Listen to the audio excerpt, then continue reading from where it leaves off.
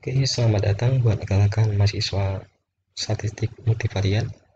Jadi kali ini kita akan belajar tentang analisis faktor. Jadi di sini penjelasannya itu analisis faktor merupakan salah satu analisis dalam teknik statistika multivariat untuk mengidentifikasi dimensi yang mendasari sekelompok variabel yang nanti kita akan membangun kelompok baru yang lebih sederhana berdasarkan sifat-sifat dari variabel sebelumnya seperti itu. Jadi ya, ini hampir mirip seperti PCA, Principal Component Analysis, tapi terdapat perbedaannya. Nanti akan ada penjelasan lebih lanjut tentang perbedaan analisis faktor dan PCA di video lainnya, seperti itu. Jadi di sini, misalnya kita punya banyak variabel, misalnya dalam hal ini kita punya 16 variabel yang independen satu dengan lain. Nah, nanti di sini dalam analisis faktor kita akan meringkas 16 variabel tersebut menjadi 3 kumpulan saja. Nah, 3 kumpulan tadi itulah yang kita sebut sebagai faktor. Nanti bisa jadi 3, bisa jadi 4, itu tergantung dari hasil analisisnya nanti. Nah, sehingga dari 3 faktor tadi itu tetap mencerminkan variabel-variabel aslinya. Seperti itu.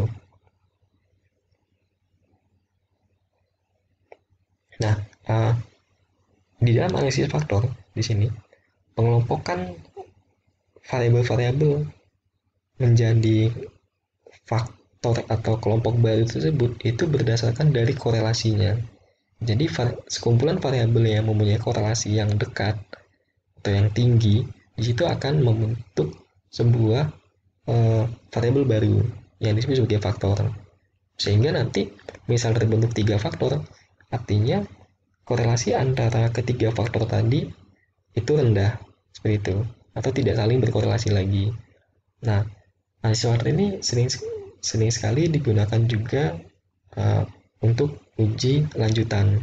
Misalnya gini, dalam regresi berganda itu kita biasanya menggunakan 5 atau 6 variabel. Itu terdapat data atau variabel yang tidak signifikan. Bagaimana kalau kita menggunakan 16 variabel? Maka kemungkinan untuk ada yang variabel yang tidak signifikan akan menjadi lebih besar.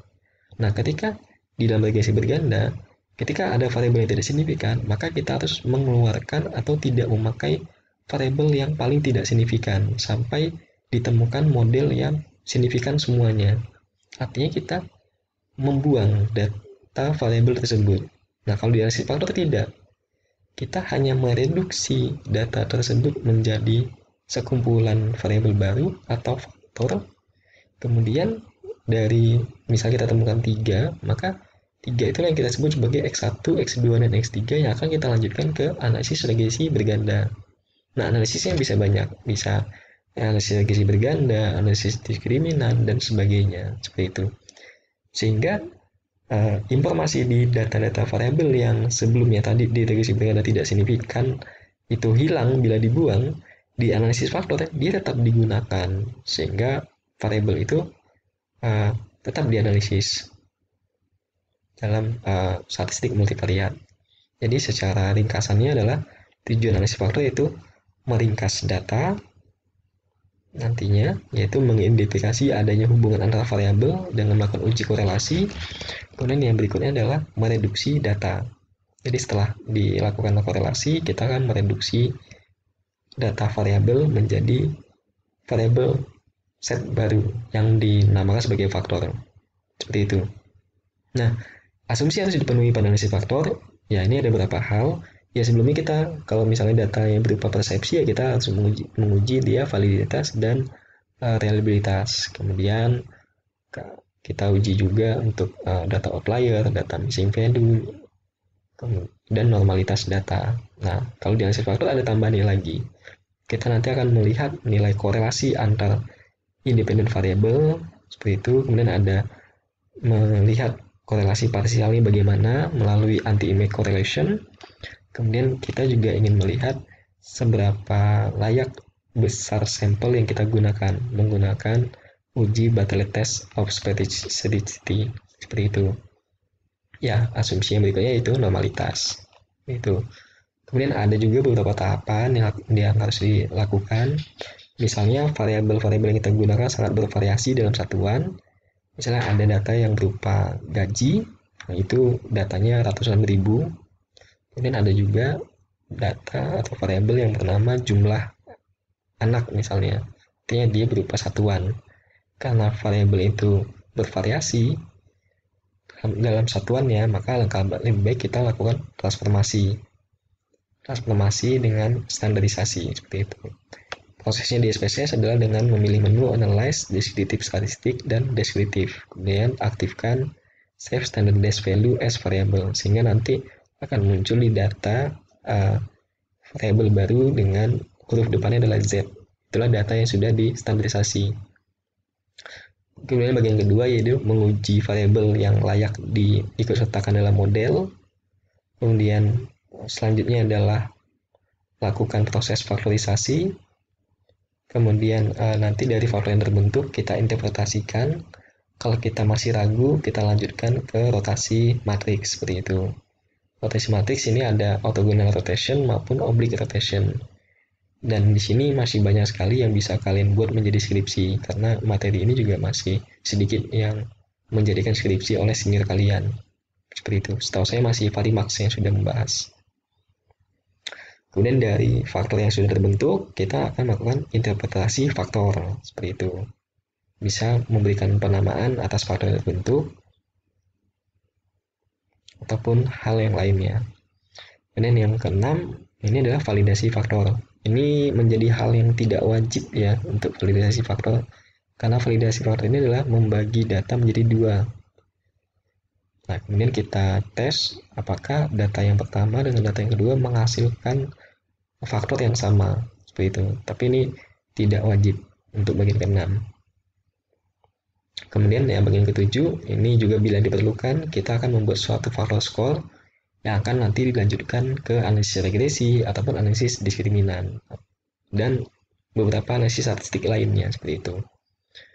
Kemudian jumlah sampel yang ideal, ya beberapa peneliti juga menyatakan adalah 1:10.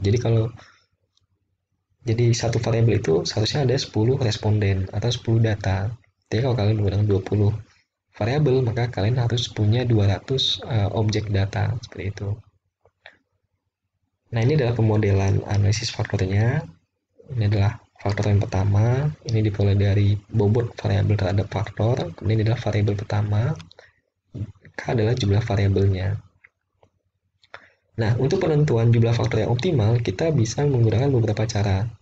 Bisa penentuan di awal, bisa eigen dan scriptplot. Biasanya yang sering digunakan adalah bagian kedua dan ketiga. Dua dan ketiga ini saling sinkron. Karena eigen yang bagian kedua ini berupa tabel, sedangkan yang bagian ketiga berupa gambar. Ini saling melengkapi 2 dan 3. Ataupun bisa juga lewat persentase varians. Tapi ini jarang digunakan. Nah, mungkin kita langsung ke studi kasus. Kita menggunakan data motivasi kerja karyawan. Mungkin teman-teman juga bisa mencoba. Kemudian pilih menu analyze, data reduction, dan faktor. Kita masukkan variabel-variabel datanya, aktifkan initial solution, KMO Bartlett test, dan anti-image. Ini adalah uji KMO Bartlett. Di sini kita ingin menguji apakah jumlah responden atau jumlah data yang kita gunakan sudah oke atau sudah memenuhi. Nah, kalau tidak memenuhi, maka alangkah lebih baik kita menambah datanya. Kemudian ini adalah nilai dari MSA atau Measure of Sampling Adequacy. Nah, di sini kita ingin menguji apakah variabel yang kita gunakan layak digunakan ke analisis lebih lanjut. Yang layak itu adalah yang lebih besar dibandingkan 0,5. Nah, bagaimana melihat nilai MSA? Kita lihat dari sini, anti-image correlation bagian diagonalnya di sini.